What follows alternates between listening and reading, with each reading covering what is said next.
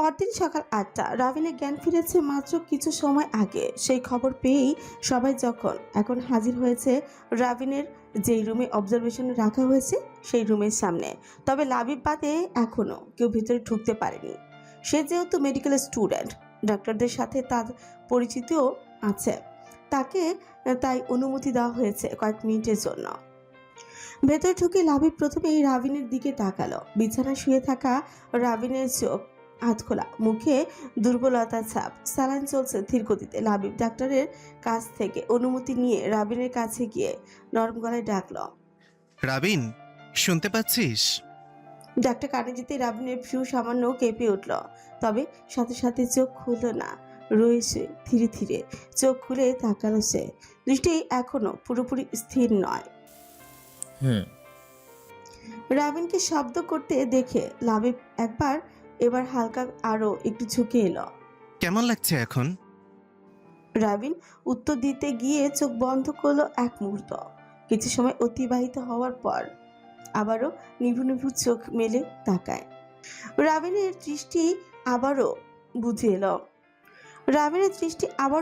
এলো। বন্ধ চোখের কোণ বেয়ে কয়েক ফোঁটা অশ্রু গড়িয়ে পড়লো কানের পাশে। আর কিছু বলল না, চোখ বুজে পড়ে রইল সে এভাবেই, যেন ভেতরের আগুনটা শব্দে প্রকাশ করলো, আরও জ্বলে উঠল।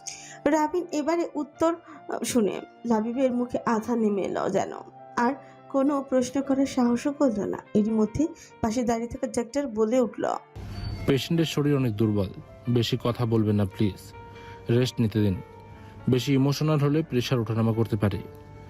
এটা বলেই ডাক্তার নিজের কাজে মন দেয় আবারও। ডাক্তার তখন রক্তচাপ মেপে নোট নিচ্ছেন। লাবিবও আর কথা না বাড়িয়ে রাভিনা থেকে একটু দূরে সরে দাঁড়ালো। তারপর স্বভাবতই মনিটরের দিকে তাকিয়ে ভাইটাল সাইনগুলো দেখে নিল। সবকিছু আপাতত স্থিতিশীল আছে দেখে স্বস্তি নিঃশ্বাস ফেলে চুপচাপ দাঁড়িয়ে রইল। কিছু সময় অতিবাহিত হওয়ার পর ডাক্তার নোট করতে করতেই রাবিরের উদ্দেশ্যে বলে উঠল, ডাক্তার মানুষ এত ইমোশনাল হলে চলে? ভাঙা গড়া মিলিয়েই তো জীবন, সেটা ভুলে গেলে হয় কিভাবে? আজ যা আছে কাল তা নাও থাকতে পারে। আজ যার হাত ধরা কাল সে হয়তো দূরে চলে যাবে, কিন্তু তাই বলে কি জীবন থেমে থাকে? ভেঙে পড়া মানে শেষ হয়ে যাওয়া না, ভেঙে পড়া মানে আবার নতুন করে দাঁড়ানোর প্রস্তুতি। তুমি কষ্ট পেয়েছো, স্বাভাবিক, তুমি মানুষ, তোমারও হৃদয় আছে। কিন্তু মনে রাখবে, হৃদয়টা যদি খুব নরম হয় তাহলে তাকে শক্ত খোলসের ভেতর রাখতে হয়, নাহলে দৈনন্দিন জীবনের ধাক্কায় বারবার রক্তাক্ত হবে। ভেঙে পড়েছো মানে এই নয় নিজেকে মাটির সাথে মিশিয়ে ফেলবে। কষ্ট তোমাকে থামাতে পারে, কিন্তু শেষ করে দিতে পারে না। যদি তুমি নিজে হার মানতে না চাও, জীবন কখনো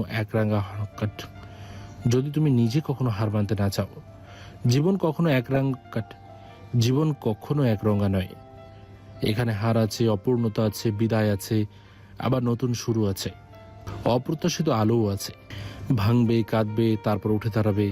কারণ তুমি শুধু নিজের জন্য না, তোমার ভেতরের শক্ত মানুষটার জন্য, তোমার দায়িত্বের জন্য, তোমার অপেক্ষায় থাকা মানুষগুলোর জন্য তোমাকে বাঁচতেই হবে। মনে রাখবে, ঝড় এলেই গাছ উপড়ে যায় না, কিছু গাছ আরো গভীর শেকড়ে গাঁথে। So young man, be that strong too. Rabin কথাগুলো শুনছে খুব মনোযোগ দিয়ে, তবুও চোখ খুলেনি।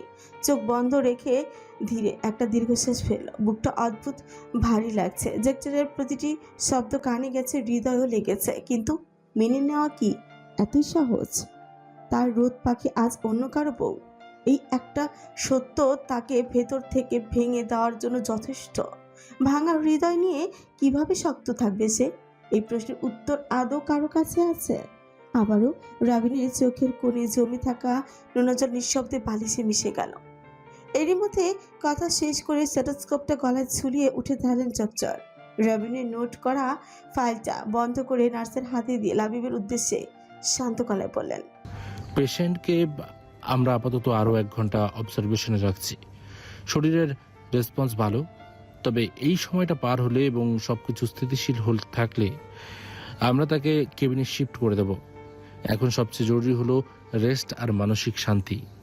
বেশি কথা বলা যাবে না, কোনো রকম ইমোশনাল প্রেশার দেওয়া যাবে না। প্রেশার ওঠানামা করলে আবার জটিলতা তৈরি হতে পারে। তবে এখন চিন্তার কিছু নেই। আর কেবিনে শিফট করার পর পরিবারের সবাই দেখা করতে পারবে, তবে সেখানেও বেশি ভিড় করা যাবে না, সেদিকটা খেয়াল রেখো। কথা শেষ করে ডক্টর আর দাঁড়াননি। কেবিন থেকে বেরিয়ে গেলেন লাবিব চুপচাপ মাথা নেড়ে সম্মতি জানিয়ে। রাবিনের দিকে আরো একবার চোখ বুলিয়ে দীর্ঘশ্বাস ফেলে সেও ধীর পায়ে কেবিন ছেড়ে বেরিয়ে গেল। কারণ বাইরে অপেক্ষামান মানুষগুলো যে চাতক পাখির মতন একটা ভালো খবরে আশা প্রহর গুনছে। ব্রেকফাস্ট সেরে হসপিটালে যাওয়ার জন্য রেডি হয়ে ড্রয়িং রুমের সোফায় জাইনের কোলে মাথা রেখে শুয়ে আছে রোদ। অপেক্ষা করছে চন্দ্র আর তার মামুনিরা আসার।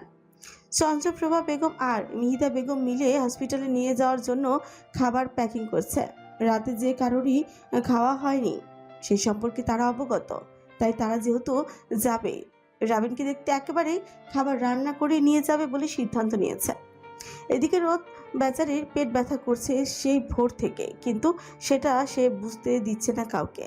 যদি আবার তার পেটে ব্যথার কথা শুনে তাকেও হসপিটালে না নিয়ে যায়, সেই ভয়ে মুখ খুলছে না রোদ। তাতে দত চেপে সহ্য করছিল এত সময় ধরে। ভাবছে হয়তো কিছু সময় পর থেমে যাবে ব্যথা, কিন্তু 4-5 ঘন্টা হয়েই যাচ্ছে পেটের ব্যথা কমার বদলে যেন আরো বেড়ে যাচ্ছে। এর আগে রোদের এমন ব্যথা প্রায়ই হতো, তবে সেটা বেশি সময় স্থায়ী হতো না। কিন্তু আজ কেন যেন এমন হচ্ছে রোদ ভেবেই পাচ্ছে না। গত কয়েক সপ্তাহ ধরে পেটটাও কেমন যেন ভারী ভারী লাগছে তার কাছে, যেন মনে হয় ভেতরে কিছু একটা জমে আছে। পেটের নিচের অংশটা সামান্য ফোলা ফোলা লাগে, কিন্তু সে এতদিন এতটা পাত্তাও দেয়নি। ভেবেছে হয়তো গ্যাস বা হরমোনাল সমস্যা, তাই মেঘলা আহমেদের কাছে বলেওনি বিষয়টা। কিন্তু আজকাল ব্যথাটা যেন সহ্য সীমা ছাড়িয়ে যাচ্ছে। মনে হচ্ছে যেন ভেতরে থেকে কেউ মোচড় দিয়ে ধরে আছে, যেন কিছু একটা ছিঁড়ে যাচ্ছে। হঠাৎ তলপেটের এমন তীব্র ব্যথার ঢেউ উঠতে রোদ এবার সইতে না পেরে ছটফটিয়ে কুকড়ে গেল। কপালে বিন্দু বিন্দু ঘাম জমে গেছে ততক্ষণে। রোদকে এমন ছটফটে দেখতে দেখে জারিন টিভি থেকে চোখ সরিয়ে তাকালো তার কোলে থাকা রোদের মুখের দিকে। চোখ মুখ কুচকে রাখা রোদের দিকে চোখ পড়তে জারিনের কপালে চিন্তার ভাঁজ পড়ল। রোদের ঘামে ভিজে ওঠা কপালে হাত রাখলো। কি হয়েছে তোর রোদ, এমন করছিস কেন? বলতে বলতে জারিনের চোখ গেল পেট চেপে ধরে রাখা রোদের হাতের দিকে। সেখান থেকে চোখ সরিয়ে আবারও জিজ্ঞেস করলাম, রোদ, এই মেয়ে, তোর কি পেট ব্যথা করছে নাকি? রোদ চোখ বন্ধ রেখে কোন রকমে নাকে মুখে শব্দ করলো শুধু কখন থেকে? ভোর রাত থেকে।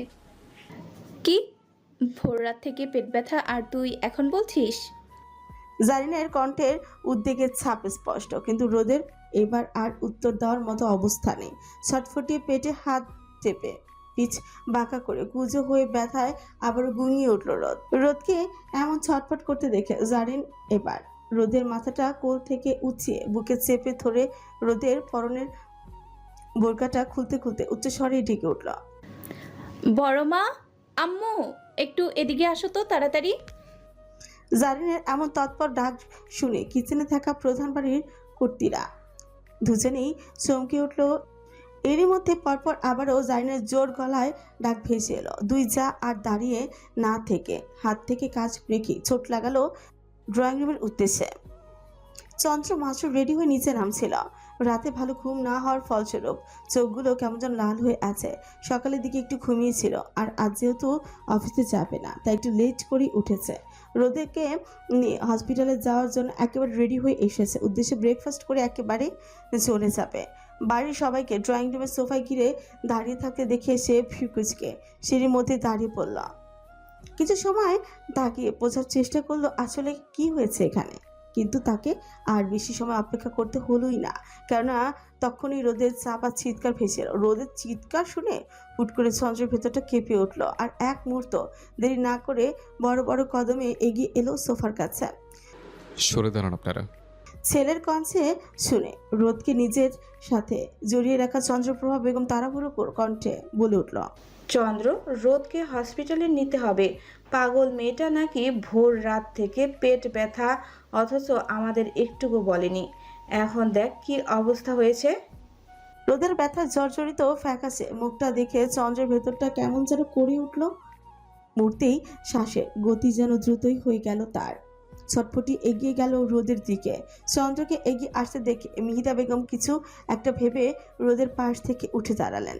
চন্দ্র গিয়ে মিহিদা বেগমের বসার জায়গায় বসে কি যেন হলো তার। ছেলেটার কে জানে, দিক বেদিক না ভেবেই প্রভা বেগমের কাছ থেকে রোদকে টেনে নিজের কাছে নিয়ে এলো। রোদের এক হাতে বাহু জড়িয়ে রেখেই অন্য হাতে রোদের গলায় রাখে, গালে রাখে। আঞ্চল, এই আঞ্চল, তাকা আমার দিকে। জান, বেশি কষ্ট হচ্ছে?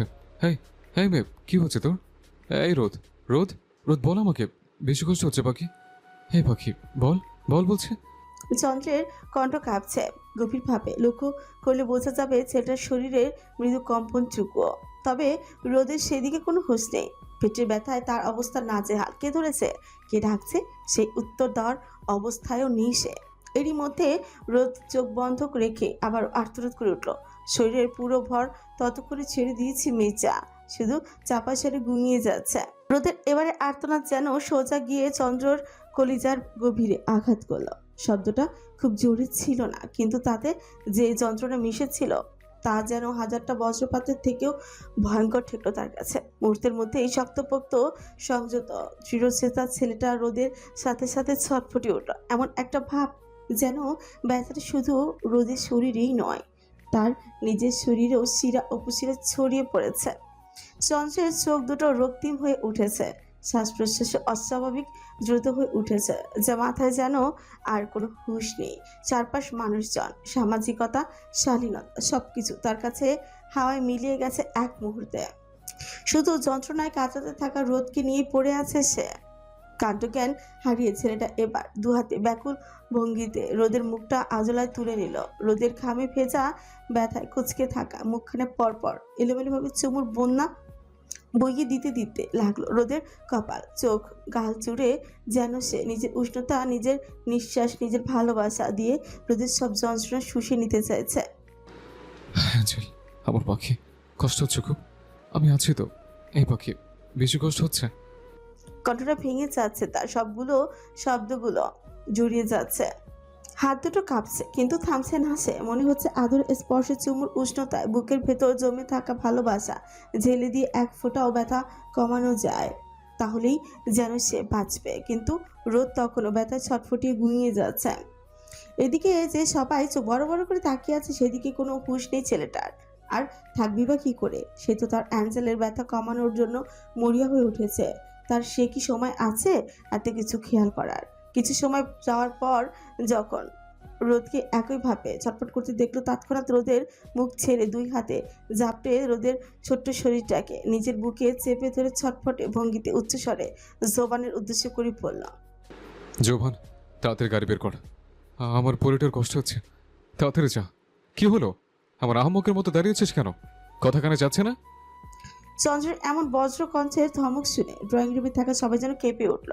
সবাই হকচকিয়ে ফের আবারও তাকালো চন্দ্রের দিকে।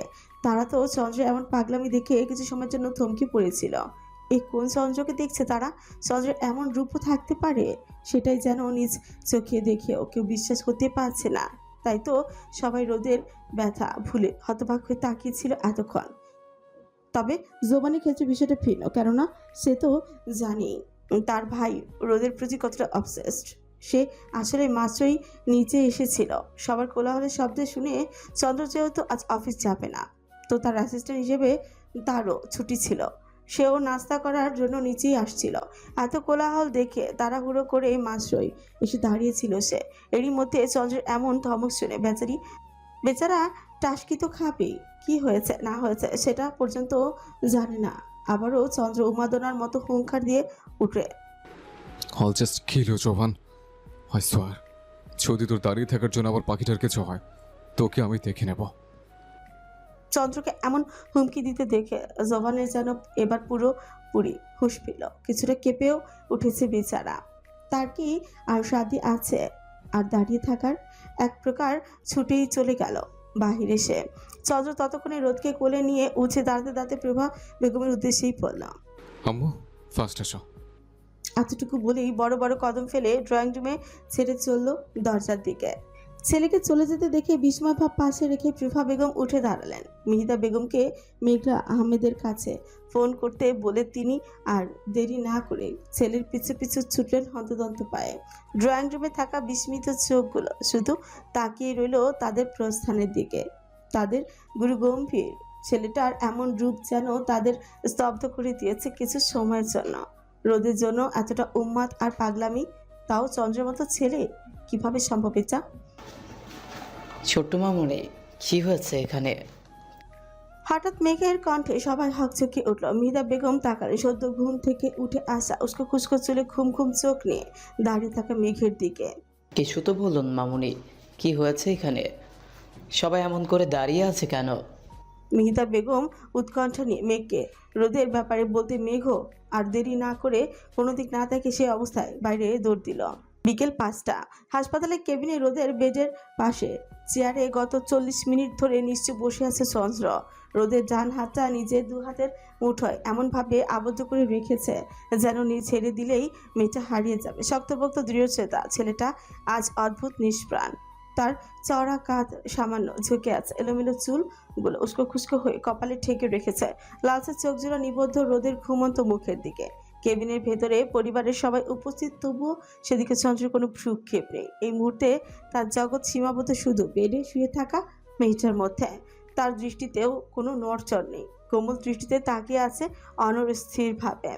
রোদের শরীরে স্যালাইন চলছে, তবে স্যালাইনের প্রায় শেষের পথে। রোদের সব পরীক্ষা নিরীক্ষা আর আল্ট্রাসাউন্ড রিপোর্ট এসেছে প্রায় 1 ঘন্টা আগে। রিপোর্টে দেখে ডাক্তার নিশ্চিত হয়েছেন রোদের জ্বরের ভেতরে একটি ফাইব্রয়েড টিউমার ধরা পড়েছে, যে কারণে রোদের এই ব্যথার উৎপত্তি হয়েছে। তবে সেটি এখনো ছোট আকারে, তাই আপাতত অপারেশনের প্রয়োজন নেই। নিয়মিত ঔষধ আর সময় মতো ফলো আপ করলেই এটি নিয়ন্ত্রণে চলে আসবে বলে ডাক্তার জানিয়েছে। ভাগ্য ভালো হলে নিষ্পত্তিও হয়ে যেতে পারে, তবে আর কয়েক মাস দেরি হলে বিষয়টি গুরুতর আকার নিতে পারত। আল্লাহর অশেষ রহমত, প্রাথমিক পর্যায়ে উপসর্গ ধরা পড়েছে, নইলে ভবিষ্যতে রোদের মাতৃত্ব নিয়ে জটিলতা তৈরি হতো। ডাক্তারের চেম্বারে থেকে এসব শুনে আসার পর থেকে ছেলে ঠায় বসে আছে রোদের পাশে, তবে তার ভেতরে কি চলছে তা বোঝার উপায় নেই। অস্বাভাবিকভাবে স্থির সে, কোনো রকম প্রতিক্রিয়াও দেখায়নি ছেলেটা, তবে তার চেহারা দেখলেই বোঝা যায় রোদকে নিয়ে সে কতটা চিন্তিত। লাল চোখ, উস্কো খুস্কো চুল, শক্ত চোয়াল, সবই যে তার ভেতরে দহনের বহিঃপ্রকাশ। এদিকে এসব শোনার পর থেকে মেঘলা আহমেদ নীরবে চোখের পানি ফেলে যাচ্ছে অনবরত। কবে কিভাবে তাদের মেয়েটা এত বড় সমস্যা তৈরি হলো, কিছুই যে টের পাননি তারা। ভাবতে বুক কেঁপে উঠছে ওনার। তাদের মেয়েটাও বা কিভাবে এতদিন সহ্য করলো পেট ব্যথা, অনিয়মিত রক্তস্রাব, সবকিছুই চেপে গেছে সবার কাছ থেকে। হয়তো ভেবেছে সামান্য সমস্যা নিজে নিজেই সেরে যাবে, সেই অবহেলায় আজ তাদের শ্বাসরুদ্ধ করে দিয়েছে। সেই খবর কি মেয়েটা জানে? কেবিন জুড়ে থমথমে নীরবতা বিরাজমান। এই নীরবতা ভাঙে চন্দ্রার কথায়। চন্দ্রা মেঘলা আহমেদকে একপাশ থেকে হালকা জড়িয়ে ধরে। ফুপু, কান্না বন্ধ করো প্লিজ। দেখো, তোমার সঙ্গে সঙ্গে মেয়েকেও কান্না করে যাচ্ছে। ছেলেটাকে একটু কিছু বলো, আমাদের কথাও মানছে না ছেলেটা। এসে পর থেকে দেখছি কান্না করেই যাচ্ছে। এত বলার পরেও দুপুরের খাবারটাও খাওয়াতে নিয়ে যেতে পারিনি। তার আপু না খেলে নাকি সেও খাবে না। কান্না বন্ধ কর প্লিজ ফুপি, নইলে তো তুমি অসুস্থ হয়ে পড়বে, সাথে পিচিটাও। মেঘলা, এত চিন্তা করিস না বোন আমার। ডাক্তার তো বলেছে তাদের কথা মতো চলাফেরা করলে নিয়ন্ত্রণে চলে আসবে। আল্লাহর উপর ভরসা রাখ, উনি সব ঠিক করে দিবেন ইনশাল্লাহ। কান্না বন্ধ কর বোন।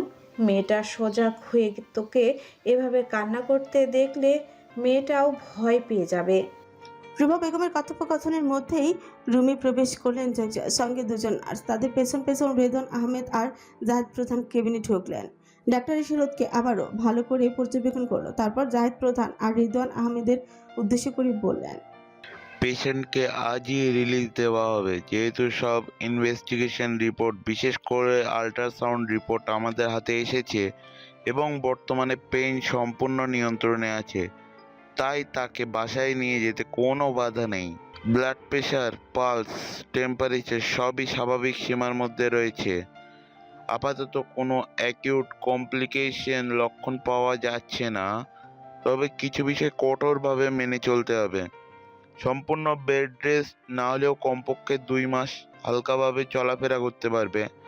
ভারী কাজ বা পেটে বেশি চাপ পড়বে এইসব কাজ একেবারেই এড়িয়ে চলে যেতে হবে, নইলে আবার পেট ব্যথা বাড়তে পারে, অতিরিক্ত রক্তক্ষরণ হতে পারে, এমনকি রক্তশূন্যতাও দেখা দিতে পারে, মনে রাখবেন। আর নিয়মিত ওষুধ যেন সেবন করে সেদিকে খেয়াল রাখবেন এবং 1 মাস পর ফলো আপে এসে আবার আল্ট্রাসাউন্ড করাতে হবে। প্রয়োজনে চিকিৎসা পদ্ধতি পরিবর্তন করা হবে। এটা কিন্তু কোনোভাবেই অবহেলা করা যাবে না। প্রাথমিক পর্যায়ে ধরা পড়েছে বলেই আমরা এখন মেডিকেল ম্যানেজমেন্ট রাখতে পারছি না। বিষয়টা কিন্তু কোনোভাবেই অবহেলা করা যাবে না। প্রাথমিক পর্যায়ে ধরা পড়েছে বলেই আমরা এখন মেডিকেল ম্যানেজমেন্টে রাখতে পারছি। সময় মতো চিকিৎসা নিলে ভবিষ্যতে কোনো জটিলতা হওয়ার আশঙ্কা কম থাকবে ইনশাআল্লাহ।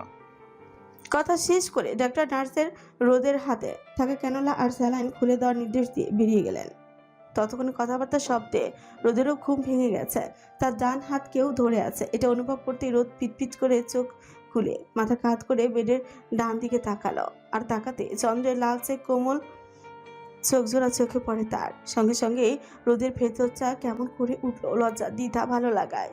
রোদের দৃষ্টি সংকুচিত হয়ে এলো কিছুটা, তবে চোখ সরল না। কি যেন একটা ভেবে মেচা নিভু নিভু চোখে তাকিয়ে রইল চন্দ্রের সেই কোমল দৃষ্টিতে।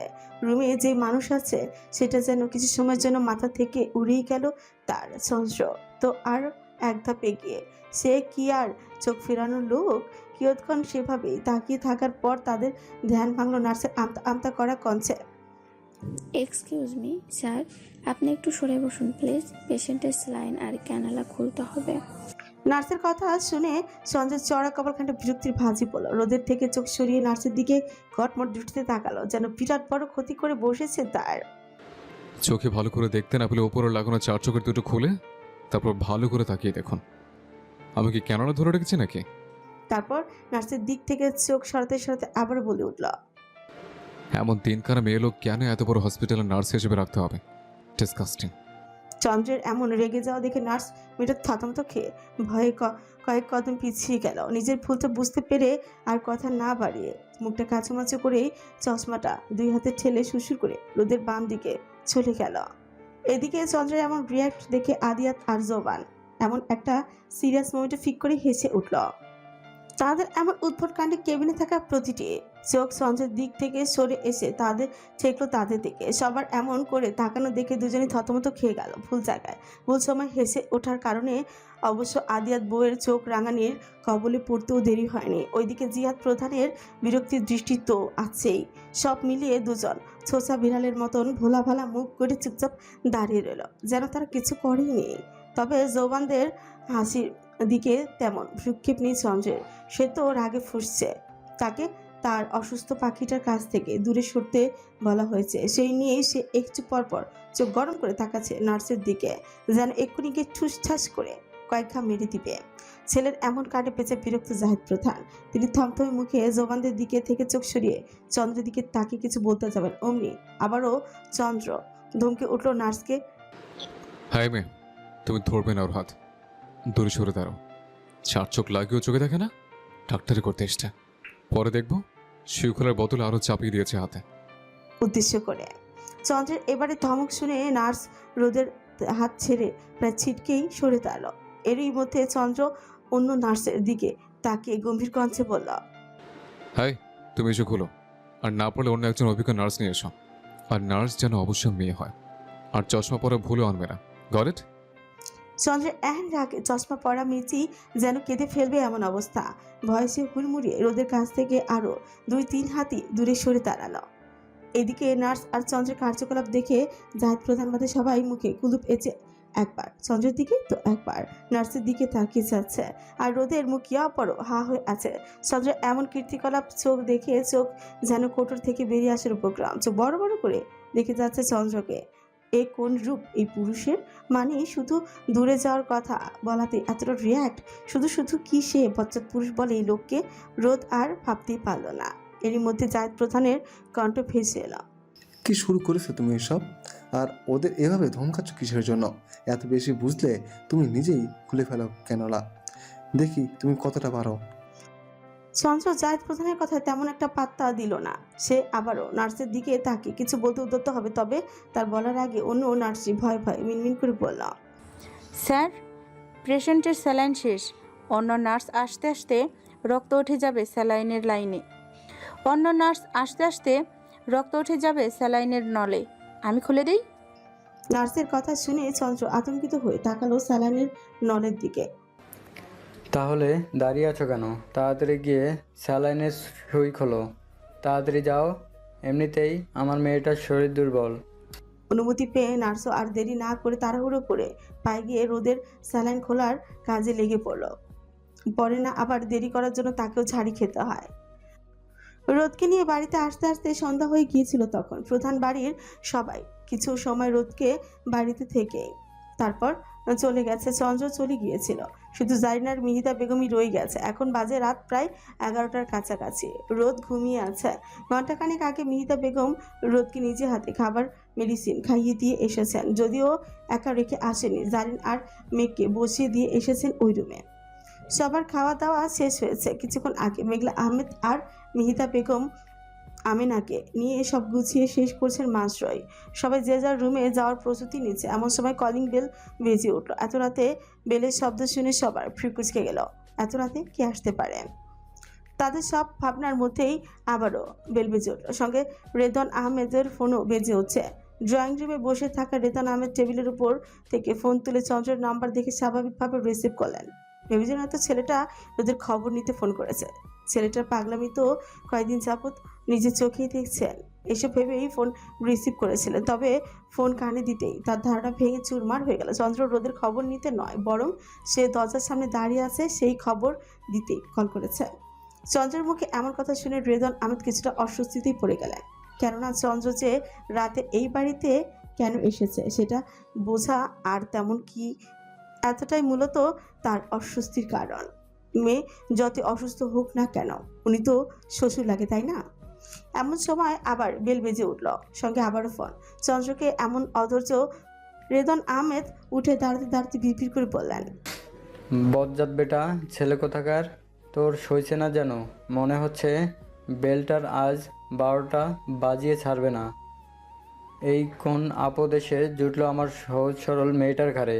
পুরো মহল্লার মানুষ জড়ো করে ফেলবে এই ছেলে শুধু বেল বাজিয়েই মনে যা হচ্ছে। রোদের আব্বু, দেখেন তো একটু গিয়ে কে এসেছে এত রাতে, তাড়াতাড়ি যান, নইলে আগন্তুক মনে হচ্ছে দরজা ভেঙে ঢুকে পড়বে। মেঘলা আহমেদের কথা শুনে জবাব রেদওয়ান আহমেদের উঁচু ঘুরে সিঁড়ির দিকে যেতে যেতেই বললেন, দরজা ভেঙে ভেতরে ঢোকার আগে তোমার হতচ্ছাড়া মেয়ের জামাইকে তুমি গিয়ে দরজা খুলে নিয়ে আসো। যাও, আমি রুমে গেলাম। নাইলে তোমার যে জামাই দরজা ভেঙে ভেতরে ঢুকে যেতে পারে, বিশ্বাস নেই? বলে তিনি আর দাঁড়ালেন না। রেদন আহমেদের কথা শুনে হতবিহ্বল মেঘলা আহমেদ বিস্ময় স্তব্ধ হয়ে ফ্যাল ফ্যাল করে তাকিয়ে রইলেন রেদন আহমেদের যাওয়ার পানে। চন্দ্র যে আবারও আসতে পারে সেটা উনি ধারণাও করেনি, তাই তো বিস্মিত হলেন মেঘলা আহমেদ। ওইদিকে যে চন্দ্র অধৈর্য, চন্দ্রের ধৈর্যের বাঁধ ভেঙে বেলের উপর বেল আশ্রয় পড়ছে, সেই দিকে আপাতত হুঁশ নেই ওনার। মেঘলা আহমেদকে দাঁড়িয়ে থাকতে দেখে মিহিতা বেগম এবার এগিয়ে গেলেন দরজার দিকে। উনি গিয়ে দরজা খুলে দিলেন। চুপচাপ ওনাকে পাশ কাটিয়ে ভেতরে এসে ভারী ভারী কদম ফেলে সোজা সিঁড়ির দিকে চলে গেলেন। না কারো সঙ্গে কোনো বাক্য বিনিময় করলেন না, আর না কারো দিকে তাকানোর প্রয়োজন বোধ করলেন। নিজের মতো গম্ভীর মুখ করে চলে গেলেন উপরের দিকে, যে তার এই আগমন খুবই স্বাভাবিক। ঘড়ি কাঁটা ধীরে ধীরে রাত 2টোয় ছুঁয়ে গেছে। চারিদিকে গাঢ় নিস্তব্ধতায় ঘেরা, অথচ এই নিস্তব্ধতার মাঝেও চন্দ্রের চোখে এক ফোঁটা ঘুম নেই। এসি চলছে, তবুও তার শরীর ঘামে ভিজে উঠেছে অকারণে। ভেতরে ভেতরে অদ্ভুত এক অস্থিরতা দাউ দাউ করে জ্বলছে। বুকের ভেতরটা কেমন আটসাট হয়ে আছে, কিন্তু বাইরে থেকে তাকে দেখে বোঝার উপায় নেই। সে স্থির অটল, যেন কোনো ভাস্কর্যের মতো শুয়ে আছে বিছানায়। দু হাতে শক্ত করে জড়িয়ে রেখেছে রোদের ছোট্ট শরীরটা। চোখ বন্ধ করে রেখেছে, যেন জোর করে ঘুমকে টেনে আনবে চোখের পাতায়। কিন্তু ঘুম কি আর এমন জোরাজুরিতে ধরা দেয়? আর দেবেই বা কি করে? তার অ্যাঞ্জেল যে তার কর্মকাণ্ড দিয়ে ঘুম উড়িয়ে দিয়েছে তার। রোদ প্রায় অর্ধেক শরীর তুলেই দিয়েছে চন্দ্রের উপর, দুই হাতে তাকে জাপটে ধরে বুকের উপর মাথা রেখে নিশ্চিন্তে ঘুমিয়ে আছে। তার নিঃশ্বাসের উষ্ণতা চন্দ্রের বুক ছুঁয়ে যাচ্ছে ধীরে ধীরে। চন্দ্রের মনে হচ্ছে ওই উষ্ণ নিঃশ্বাস বুকের চামড়া ভেদ করে সরাসরি হৃৎপিণ্ডকে আঘাত করছে। কিন্তু তাতে কি আর হুঁশ আছে মির্জার? মেডিসিনের প্রভাবে সে এমন গভীর ঘুমে তলিয়ে গেছে যেন পৃথিবীর কোনো কোলাহলই তাকে ছুঁতে পারবে না। চন্দ্র যে কিছু সময় পর পর তার মুখ জুড়ে এলোপাথারি কোমল আদরে সিক্ত করছে সেইটুকু টের পাচ্ছে না মির্জা। সে যে এসেছে, এমনকি গত 3 ঘন্টা ধরে তার শরীরের উপরেই অর্ধ শরীর উঠিয়ে বুকে মাথা রেখে শুয়ে আছে। এটাও তো জানে না তার পাখিটা। যদি জানতো বা বিন্দু পরিমাণ অনুভব করতে পারতো, তাহলে কি আর তার বুকে পড়ে পড়ে এভাবে বেগুনি ঘুমতো? না, কোনোভাবেই না। লজ্জায় মূর্ছা গিয়ে সেই কখন দিশেহারা হয়ে এত সময় তার থেকে পালানোর পথ খুঁজতে খুঁজতে মরিয়া হয়ে উঠত, সেইটা তো আর তার অজানা নয়। এসব ভেবেই চন্দ্রের ঠোঁট খানিকটা প্রসারিত হলো। ঘুম যে আসছে না, তবুও তাতে তার মধ্যে বিরক্তি লেশ মাত্র নেই, বরং অদ্ভুত এক প্রশান্তি ছড়িয়ে আছে তার সমগ্র অস্তিত্ব জুড়ে। বুকের উপর মাথা রেখে নিশ্চিন্তে ঘুমিয়ে থাকা এই মেয়েটাই যেন তার সমস্ত অস্থিরতার ঔষধ। চন্দ্র আবারও মাথা তুলে ঘুমন্ত রোদের কপালে গভীরভাবে ঠোঁট ছুঁয়ে দীর্ঘ এক চুমুন এঁকে দিল। তারপর কানের কাছে মুখ নিয়ে এনে খুব নিচু স্বরে বিড়বিড় করে বলে উঠল, মাই উইকনেস, তাড়াতাড়ি সুস্থ হয়ে যা প্লিজ। তোকে এই অবস্থায় দেখে নিজেকে অসহায় অনুভব হচ্ছে আমার অ্যাঞ্জেল। তখনকার তোর প্রতিটা কষ্টের জন্য এখন আমার বুকের ভেতর তীক্ষ্ণ কাঁটার মতো বেঁধে আছে। তোর করা প্রতিটা আর্তনাদ এখন আমার মস্তিষ্কে বজ্রপাতের মতো আঘাত হানছে, যেন নির্মমভাবে। তোর এক এক ফোঁটা অস্ত্র আমার সমস্ত সাহসকে নড়বড়ে করে দিয়েছে। My love, my heart, your the only rhythm in my heart beat, the very inspiration behind Chandra's existence. If you're not well, how could I ever be okay, little bird? কথা বলতে বলতে চন্দ্র আরো গভীরভাবে নিজের সাথে আদরে ভাবে জড়িয়ে নিল রোদের ছোট্ট নরম শরীরটা। তার বাহুর আবরণে ছিল আশ্রয়ের প্রতিশ্রুতি, বুকের স্পন্দনে ছিল নিঃশব্দ আরতি। যেন চন্দ্র চায় তার এই উষ্ণতা, এই সান্নিধ্য দিয়ে রোদের সব কষ্ট নিজের মধ্যে চিনি নিতে। এবার রোদের ঘন ঘুরে পৌঁছাল না তার চন্দ্রপুরুষের ভালোবাসাময় সিক্ত স্বীকারোক্তি, তবে শব্দ না পৌঁছালেও তবে তার উষ্ণতার ছোঁয়া, হৃদয়ের স্পন্দন আর নিঃশ্বাসের কোমলতা রোদের ভিতরে গভীরভাবে অনুরণ তৈরি করলো। অনুভূতিটা এতই শক্তিশালী যে রোদ না জানলে তার কাছে নিরাপদ এবং অনুরাগময় এক জগৎ সৃষ্টি হয়ে গেল। চন্দ্রের কোমল আলিঙ্গনের ভেতরেই যেন রোদ ও নিরাপত্তা খুঁজেই পেয়ে আরও গভীরভাবে মিশে রয় চন্দ্রের বাহুতে। গত 1 ঘন্টা যাবৎ ঘুমের ভান ধরে চন্দ্রের বুকে খাপচি মেরে পড়ে থাকার পর অবশেষে রোদ যখন চন্দ্র ঘুমিয়ে পড়েছে বুঝতে পারলো, তখন পিটপিট করে চোখ খুলে তাকালো। এতটা সময় চন্দ্রের কাছে ধরা পড়ে যাবার ভয়ে এক প্রকার শ্বাস আটকে রেখেই সময়টা কাটিয়েছে সে। অপেক্ষা করে গেছে চন্দ্র ঘুমানোর জন্য। যদি চন্দ্র বুঝতে পেরে যায় রোদ সজাগ হয়ে গেছে, তখন সে কিভাবে ফেস করবে চন্দ্রকে? লজ্জায় মরে যাবে না রোদ? ঘুমের মধ্যে তখন চন্দ্রের কণ্ঠ শুনে আপনি চোখ খুলে গিয়েছিল তার। চোখ খুলে যখন নিজের অবস্থানটা টের পেল, তখনই যেন তার দম আটকে আসার জোগাড় হলো। সাথে সাথে চোখ খিচে বন্ধ করে ফেলেছিল তৎক্ষণাৎ। ফুলক্রমেও চোখ খোলা সাহস করল না সে, বরং চোখ দুটো আরো শক্ত করে বন্ধ করে আরো একটু গুছিয়ে আসে চন্দ্রের বুকে নিশ্চুপ পড়ে থেকে অনুভব করতে থাকে চন্দ্রের অস্থির স্পন্দন। অথচ তার নিজের স্পন্দনই যেন বিশেষ ঘাতক হয়ে উঠেছে, ধুকপুক করে বারবার জানিয়ে দিচ্ছে সে জেগে আছে, সম্পূর্ণ জেগে আছে। শুধু লুকাতে চাইছে তার চন্দ্রপুরুষের বুকের খাঁচায় তার ব্যক্তিগত পুরুষটার বুকের আশ্রয়টুকু নিঃশব্দে চুরি করে নিচ্ছে। তখনকার চন্দ্রের বলা সেই মায়াময় কথাগুলো পুরোপুরি শুনতে পেয়েছিল রোদ, খুব করে শুনতে পেয়েছিল এবং চোখ বন্ধ করে অনুভব করেছিল চন্দ্রের সেই উষ্ণ স্পর্শ। তার চন্দ্রপুরুষের কণ্ঠে সেই কোমলতায় রোদের মনকে ভালো লাগা, ভালোবাসার শিহরণে ভাসিয়ে দিয়ে গেছে।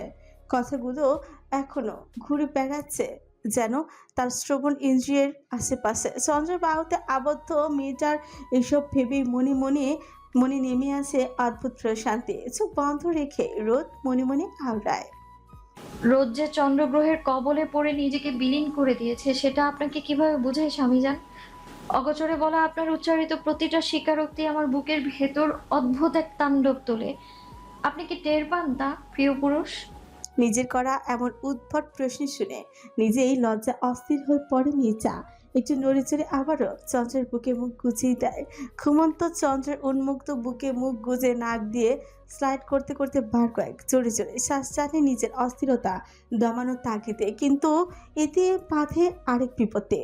চন্দ্রের শরীর থেকে আসা ম্যানলি প্রাণে মেয়েটাকে অদ্ভুত উত্তেজনায় কেমন মাতাল করে তুলেছে যেন। কিছু সময় একই কাজ অব্যাহত রাখার পরে যখন বুঝতে পারলো চন্দ্র আসলে গভীর ঘুমে, তখন যেন মেয়েটার পাগলামি আরোই বেড়ে গেল। মুখ তুলে একবার চন্দ্রকে পর্যবেক্ষণ করে নিল ভালো করে। যখন নিশ্চিত হলো চন্দ্র ঘুমিয়ে গেছে, দেরি না করে তৎক্ষণাৎ সুযোগ বুঝে চন্দ্রের বুকে ঠোঁট দাবে চুপচাপ একটা চুমুই খেয়ে নিল। তবে এতেও যেন পুষল না তার। আবারও ঠোঁট ছুঁয়ে দিতে লাগলো চন্দ্রের বুকের প্রতিটি খাঁচা। তার এমন পাগলামির তোপে চন্দ্রের ঘুম ভেঙে যেতে পারে, সেই দিকে আপাতত হুঁশ নেই পাগলিটার। থাকবে কিভাবে তার প্রিয় পুরুষের ঘ্রাণে যে তাকে নেশায় ডুবিয়ে দিয়েছে। এদিকে চন্দ্রর তন্দ্রাভাব ছুটে গিয়েছিল তখন রোদের নড়াচড়া অনুভব করতেই। তবে চোখ খুলে তাকায়নি সে। চন্দ্র ভেবেছে হয়তো রাত শেষের দিকে চলে আসায় রোদের ঘুম হালকা হয়ে এসেছে, তাই নড়াচড়া করছে। তবে রোদ যে এমন অভাবনীয় কাজ করে বসতে পারে সেইটা যেন চন্দ্রর নিজের চোখে দেখে নিজের অস্তিত্বে অনুভব করেও বিশ্বাস করতে পারেনি প্রথমে। এই পাগলামের পরিণাম কি হতে পারে? মেয়েটা কি একবার চিন্তা করছে না? কি আশ্চর্য! এই মেয়ে কি পণ করে রেখেছে তাকে জেন্টাল থাকতে দিবে না। এখন তার আফসোস হচ্ছে তার এখানে আসাটি বোধহয় ভুল হয়েছে। তার অ্যাঞ্জেল নিজের অসুস্থতা বাড়ানোর পায়তারা করছে কোথায়? নইলে রাত বিরাতে তার বুকে হামলে পড়ার মানে কি? এখন যদি আর ভাবতে পারল না চন্দ্র। চোখ বন্ধ রেখেই দাঁতে তহত চেপে নিজের ভেতরে চলতে থাকা তাণ্ডব দমিয়ে রাখার মিশনে লেগে পড়ল। তবে সে কতটুকু সফল হবে সে আপাতত ভাবার বিষয়। মেয়েটা যা যা করছে। এর মধ্যে বুকের ওপর ঠোঁটের তাণ্ডব চালিয়ে রোদ যখন কিছুটা তৃপ্ত হলো, তখনই মুখ তুলে মাথার চোখে তাকালো চন্দ্রের মুখের দিকে। ড্রিম লাইটের হালকা আবছা আলো চন্দ্রের মুখটা রোদের কাছে যেন সত্যিকারের চাঁদের থেকেও বেশি উজ্জ্বল, আরো বেশি মোহনীয় মনে হলো। এক হাতে আলতো করে নিজের গালে রেখে অন্য হাতটা চন্দ্রের বুকের উপর দিয়ে নিজের সমস্ত শরীরে ফটুকু চন্দ্রের বুকে রেখে দিয়ে নেশাময় দুটি চোখ দিয়ে স্থির তাকিয়ে রইল চন্দ্রের শান্ত ঘুমন্ত মুখের দিকে। সে দৃষ্টিতে ছিল অদ্ভুত এক মায়া, গভীর মুগ্ধতা আর নিঃশব্দ ভালোবাসার ছোঁয়া। অনেকটা সময় ধরে সে শুধু তাকিয়েই রইল, যেন এই মুহূর্তটুকু হৃদয়ের গভীরে চিরদিনের জন্য আগ্রহ রাখতে চাইছে সে। হঠাৎ কি যেন ভেবে রোদ ধীরে ধীরে হাত বাড়িয়ে কাপা কাপা কোমল আঙুল দিয়ে চন্দ্রের কপালের কুঁচকে থাকা ভাঁজে স্পর্শ করলো। আলতো এই স্পর্শে যেন ভাঁজটা মসৃণ করতেই চায়, কিন্তু এতে যে যেন চন্দ্রের কপালে আরও খানিকটা ভাঁজই পড়ে। এমন দৃশ্য দেখে রোদের ঠোঁটের কোণে মুচকি হাসি ফুটে উঠল। আরও খানিকটা ঝুঁকে চন্দ্রের কাছে মুখ নিয়ে এসে মাতাল কঞ্চে ফিসফিস স্বরে বলল, আপনাকে কুঁচকে রাখা কপালে আরো বেশি সুন্দর লাগছে চন্দ্রপুরুষ। মন চাইছে সুন্দর মুখটা ঠোস ঠাস কয়েকটা চুমু খেতে, কিন্তু যদি জেগে যা। চুমু খেতে বারণ কে করেছে আঞ্চল? এত সময় যখন বারণ করিনি, এখনো করবো না। যত ইচ্ছে খেয়ে নিতে পারিস, আই ওন্ট মাইন্ড। চন্দ্র আর থাকতে না পেরে উত্তর কথাটি বলে উঠল। হুচ করে চন্দ্রের কণ্ঠ ভেসে আসতে রোদ চমকে উঠল। চোখ দুটি বিস্ময় বড় বড় হয়ে গেল। আতঙ্কিত হয়ে ধরফর করে উঠে যেতে উদ্যত হতে চন্দ্রের পেশিবহুল শক্ত হাতের বাধা আবারও ফের আশ্রয় পড়ল চন্দ্রের বুকের উপরে। এমন কর্মকাণ্ড তাকে দিয়ে ঘটে গেছে, আর সে আবার চন্দ্র বুঝতেও পেরে গেছে। এটা ভাবতে লজ্জায় মুহূর্তে দিশেহারা হয়ে গেল মেয়েটা। কি করবে, কোথায় তাকাবে, কিছুই যেন বুঝে উঠতে পারলই না। মুখটা ততক্ষণে লাল চুকচুকে হয়ে উঠেছে। এই যে চন্দ্র শীতল দৃষ্টিতে তাকিয়ে, রোদ সেই দৃষ্টি মেলাতে ব্যর্থ হচ্ছে। এতটা লজ্জা সে তার সারা জীবনে অনুভব করেনি। চোখ তুলে চন্দ্রের দিকে তাকানোর সাহসটুকু আর জুটছে না তার। হাসপাস করে এদিক সেদিক তাকিয়ে মোচড়াতে লাগলো চন্দ্রের থেকে ছাড়া পাওয়ার জন্য। তবে মুখে টু শব্দটি অবধি করছে না রোদ। রোদের এমন অবস্থা দেখে চন্দ্র ছোট করে দুষ্ট এক হাসি টানে। এতক্ষণ আমাকে সিরিয়াস করার সময় তো খুব সাহস ছিল, এখন হঠাৎ এত লজ্জা কিসের বোঝান? চন্দ্রের প্রশ্নে লজ্জায় সর্বশক্তি দিয়ে চোখ জোড়া বন্ধ করে নিল রোদ। তোলপাড় শুরু হয়ে গেছে তার ভেতরটায়। চোখ কামড়ে মাথা নিচু করে রইল। চন্দ্রের মুখে বোঝান শব্দটা যেন সহসাই আর অস্থির করে তুলল মির্জাকে। হৃৎপিণ্ডের ধূপধাপ শব্দ যেন নিজের কানের কাছে স্পর্শ শুনতে পাচ্ছে সে, সাথে শরীরে কম্পন তো আছে। কি জবাব দিবে সে? কিভাবে পারলে এমন একটা কাজ করতে? এটা ভাবতেই লজ্জায় হাঁসফাঁস করে রোদ কাপা শরীরটা আবারও সরানোর জন্য চেষ্টা করলো চন্দ্রের বুকের উপর থেকে, কিন্তু তা কি আর হতে দিবে চন্দ্র? কাশ্মীর কালো না, উল্টো তার ছোট্ট শরীরটা জাপটে বিছানায় শুয়ে দিয়ে মুহূর্তের মধ্যেই ঝুঁকে এলো তার উপর। দুজনের মাঝখানে এই দূরত্বটা কমে এসে দাঁড়ালো কেবল কয়েক নিঃশ্বাসের ব্যবধানে। রোদ ছটফটি উঠল লজ্জা আর অস্বস্তিতে, যেন কোথায় পালিয়ে যা বাঁচবে বুঝে উঠতে পারছে না মির্জা। রোদের সেই অস্থিরতা চন্দ্র দেখে যাচ্ছে শুধু। রোদের ব্যর্থতা দেখে চন্দ্রের ঠোঁটের কোণে সূক্ষ্ম ভাঙা হাসি ফুটে উঠল কিছু সময়ের জন্য, তবে মিলিয়ে যেতেও বেশি সময় ব্যয় হলো না। হাসি মিলিয়ে গেলেও চোখ সরালো না। ড্রিমলাইটের আবছা আলোয় রোদের লালচে মুখাবের দিকে তাকিয়ে রইল স্থির দৃষ্টিতে। রোদের তিত্তির করে কাঁপতে থাকা উচ্চপুচ পট টানছে তাকে। চন্দ্রকেই হারিয়েছে নিজের। রোদের মুখের কাছে নিজের মুখ এনেই এগিয়ে নেয়। এইভাবেই পালে পালে করলে চলবে জান? এতক্ষণ যে ঝড় তুলছিলে আমার বুকে, সেটা থামানো তো বাকি এখনো।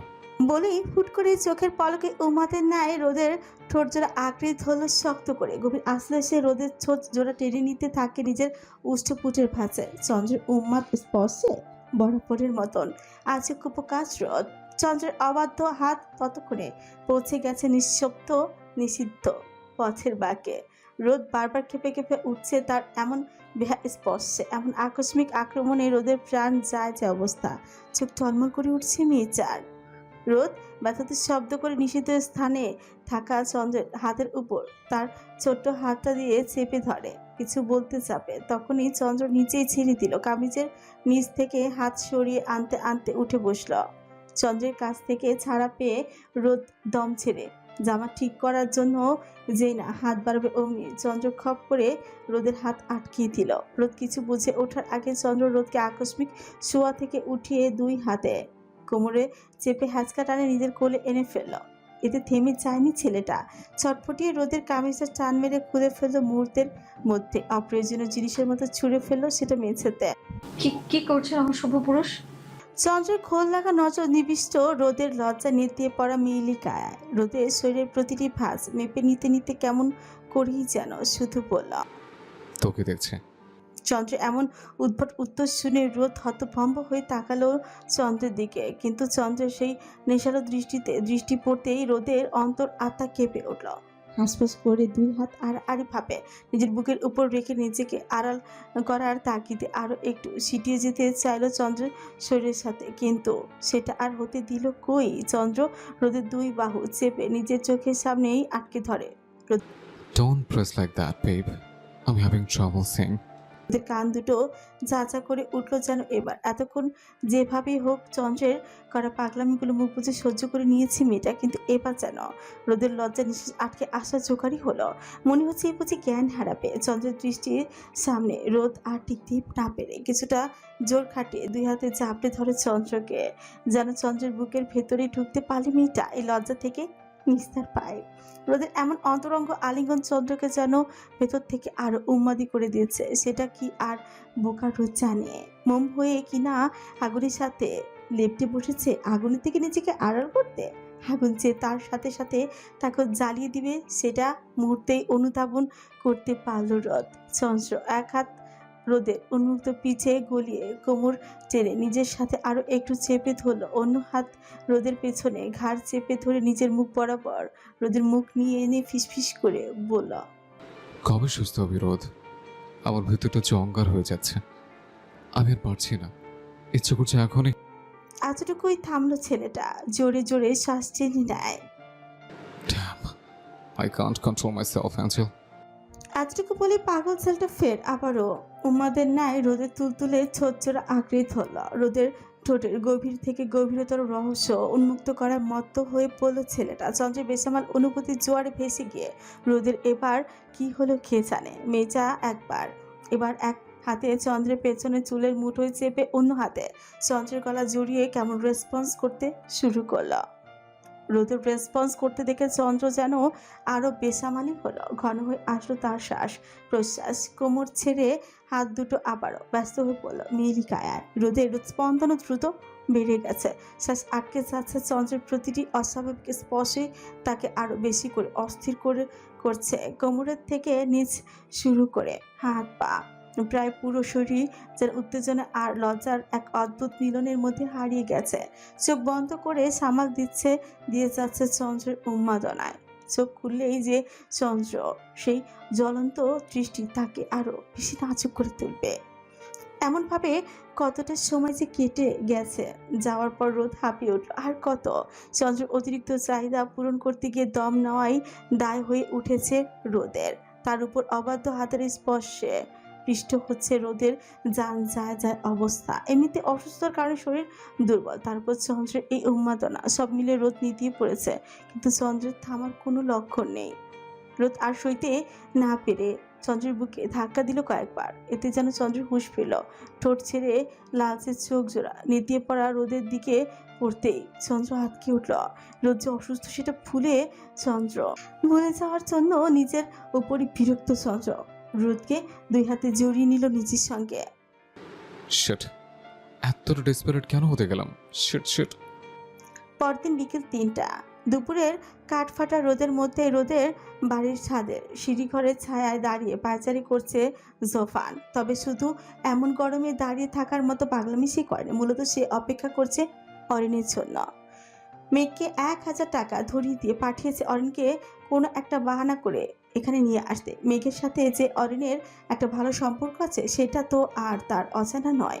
অসুস্থ রোদকে দেখতে খন্দকার বাড়ির সবাই এসেছে, আর সবার সঙ্গে অরিনও এসেছে। অরিন এসেছে শুনে জোফানও প্রায় ঘন্টাখানেক আগে রোদের বাড়িতে এসে পৌঁছেছে। সে মূলত অরিনের কাছে সরি বলতে এসেছে।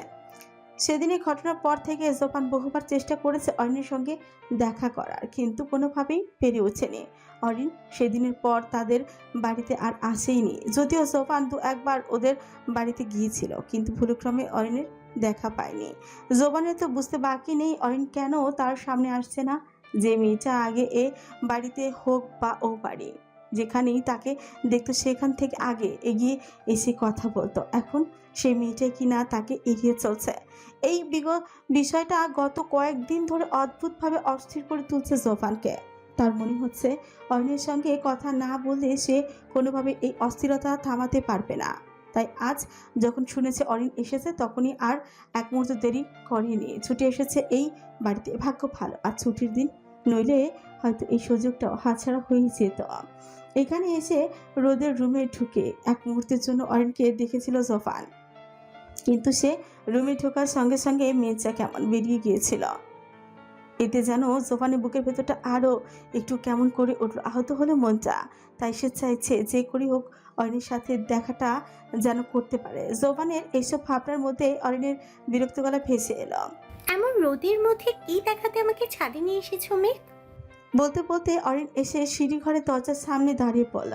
অরিনকে থেমে যেতে দেখে মেঘ তাড়াতাড়ি তার হাত টেনে ছাদের এক পাশে রেলিংয়ে পাশে লাগানো ফলের গাছগুলোর দিকে ইশারা করে বলল, আসো তো আপু, গেলেই দেখতে পাবে। অরিন আর কথা পারল না, চোখ মুখ একটু কুচকে মেঘের কথা মতো সেদিকে হাঁটা ধরল। ফলের গাছগুলোর কাছাকাছি যেতেই মেঘ হঠাৎ করে বলে উঠল, ও শিট আপু, আমি তো তোমাকে আমার গাছের ড্রাগন ফল পেকেছে ওটা খাওয়াবো বলে এনেছি, কিন্তু এখন সেটা কাটার জন্য কিছু আনতেই ভুলে গেছি। তুমি এক কাজ করো, তুমি গাছটার কাছে যাও, আমি এক্ষুনি গিয়ে কিছু নিয়ে আসি কাটার জন্য। কথাগুলো শেষ করি মেঘ অরিনকে আর কিচ্ছু বলার সুযোগ না দিয়ে তাড়াহুড়ো করে সিঁড়িঘরের দিকে চলে গেল। অরিন বিষয়টা খুব একটা গুরুত্ব দিল না, স্বাভাবিকভাবে সামনের দিকে পা বাড়ালো। সে এগিয়ে গিয়ে দাঁড়ালো সেই কাঙ্ক্ষিত গাছটা নিচে। তারপর চারিদিকে ভালো করে তাকিয়ে খুঁজতে লাগলো কোথায় পাকা ড্রাগন ফল। কিন্তু কই, পাকা ড্রাগন তো দূরের কথা, গাছে কোনো ড্রাগন ফলের চিহ্নও চোখে পড়ছে না। নাকি সে ঠিকমতো দেখতে পাচ্ছে না। অরিন একটু ঝুঁকে আরো ভালো করে দেখার চেষ্টা করলো, কিন্তু ফলাফল শূন্য। হঠাৎ তার মাথায় এলো, এত ছোট গাছে তো ড্রাগন ফল ধরার কথাই নয়, তাহলে কি মেঘটাকে মিথ্যে বলো? কিন্তু কেন? অরিনের এই ভাবনা মাঝে হঠাৎ পেছন থেকে ভেসে এলো জোফানের কণ্ঠ, সরি অরিন, সেদিনের ঘটনার জন্য খুব খুব সরি। আমি সেদিনের থাপ্পড়টা তোমায় ইচ্ছে করে দিইনি। জোবানের কণ্ঠ শুনে অরিন যেন তার প্রশ্নের উত্তরই পেয়ে গেল। মুহূর্তেই তার মুখটা শক্ত হয়ে গেল। কুঁচকে থাকা চোখ দুটোর জায়গা নিল নির্লিপ্ত ঠান্ডা। অরিন ধীরে ধীরে সোজা হয়ে দাঁড়ালো, কোনো কথা আর না বলে চোখ মুখ শক্ত করে ঘুরে দরজার দিকে হাঁটা দিল। অরিন দাঁড়াও। অরিন থামলো না, বরং যেন জোবানের কথা সে শুনতেই পায়নি। চোখে মুখে নির্লিপ্ত অভিব্যক্তি মেখে কটকট করে দরজার দিকে এগিয়ে চলেছে।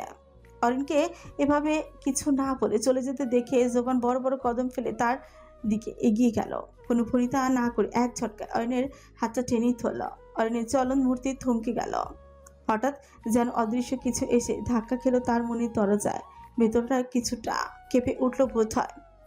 এক মুহূর্তে নীরবতা নেমে এলো চারিদিকে। দূরে কোথাও কাকের চাক আর গরম বাতাসের হালকা ঝাপটা ছাড়া আর কোনো শব্দই নেই। অরিন ধীরে ধীরে নিজের হাতটার দিকে তাকালো, সেখানে জোবানের আঙুলগুলো শক্ত করে জড়িয়ে আছে। অরিন ভেতরে ভেতরে অস্থির হলো। মুখটা যথেষ্ট কঠিন করে মাথা ঘুরিয়ে তাকালো জোবানের দিকে। জোবানকে অসহায়ের মতো তাকিয়ে থাকতে দেখে তার ভেতরে কিছু একটা ধসে পড়লো বোধ হয়। তবুও অনেক কষ্টে কঞ্চে কঠোরতা এনে বলে উঠল, হাতটা ছাড়ুন বলছি। অরিনের কঠিন সুর শুনে জোবান এক মুহূর্তের জন্য থমকে গেল, তবে হাত ছাড়ল না, বরং তার কাছে একটু এগিয়ে গিয়ে একরোখা সুরে পড়ল, ছাড়বো না। আগে সরি অ্যাকসেপ্ট করো, দেন আমার কথাটা শুনো, তারপর দেখি ছাড়তে পারি কিনা। জোবানের কথা শুনে অরিন তার ছেলে হাসি হাসলো। তারপর হাসিটা মিলিয়ে নিয়ে জোবানের চোখে চোখ রেখে কণ্ঠে এসে একই তাচ্ছিল্যতা ঢেলে বলে উঠল, কি শুনবো আপনার কথা? আপনার সাথে আমার এমন কোনো সম্পর্ক আছে নাকি যে নিজের ভুল স্বীকার করে আমাকে আপনার সরি বলতে হবে, আবার আমাকে সেটা একসেপ্ট করতে হবে? কথাটা যেন সরাসরি এসে বিঁধল জোবানের বুকে। কিন্তু অরিন তো মিথ্যে বলেনি, ঠিকই তো বলেছে। তবু তার এমন লাগছে কেন? মনে হচ্ছে যেন কি অদৃশ্যভাবে বুকের ভেতরে চেপে ধরেছে। অরিনের মুখে কোনো সম্পর্ক নেই। কথাটা শুনে তার ভেতরটায় কোথাও যেন একটা শূন্যতা ছড়িয়ে পড়ল। কয়েক সেকেন্ড চুপ করে রইল জোবান। চোখ দুটো স্থির হয়ে আছে অরিনের মুখে। গলা শুকিয়ে এলো তার, বার কয়েক ঠোক গিলে কণ্ঠটা একটু ভিজিয়ে নিল ছেলেটা। কোন সম্পর্কের কথা বলছো তুমি? যেই সম্পর্ক থাকলে অপরজন থেকে আঘাত পেলে এতটা ভেঙে পড়ে নিজেকে অসুস্থ বানিয়ে ফেলা যায়, সেই সম্পর্ক? অরিনের বুকটা যেন এবার একটু কেঁপে উঠল। চোখ দুটো যেন বেমানি করতে চাইছে, ভেতরের অনুভূতিটা প্রকাশ করে দিতে চাইছে। পরের মুহূর্তে নিজেকে সামনে নিল সে। আপনি নিজেকে একটু বেশি গুরুত্বপূর্ণ ভাবছেন না? আর সেদিন আপনার আঘাতে আমি কষ্ট পেয়েছি, এটা আপনার কেন মনে হলো? জোবান গভীর শ্বাস নিল, ধীরে ধীরে এক পা এগিয়ে এসে একদম অরিনের সামনে দাঁড়ালো। তারপর চোখে চোখ রেখে স্বাভাবিক কণ্ঠে বলল, আমি তোমাকে যতদিন ধরে চিনি ততদিনে অন্তত এতটুকু বোঝা আমার কাছে বেশি কিছু মনে হয় না। আর আমার যেটা মনে হয়েছে সেটা যে মিথ্যা নয়, সেটাও তুমি খুব ভালো করেই জানো। অরিন এবার কি উত্তর দিবে বুঝতে পারলো না, কারণ সত্যিটা সে নিজেই জানে। সেদিন জোবানের আচরণে সে সত্যি কষ্ট পেয়েছিল, কিন্তু সেই কষ্টের কথা সে কি এখন স্বীকার করবে? সেই কথা মনে পড়তেই চোখ দুটো টলমল করে উঠল। জোবানের চোখ থেকে চোখ সরিয়ে নিল তৎক্ষণাৎ। মাথা নিচু করে চোখের পানি আটকানোর জন্য ছোট কামড়ে ধরে।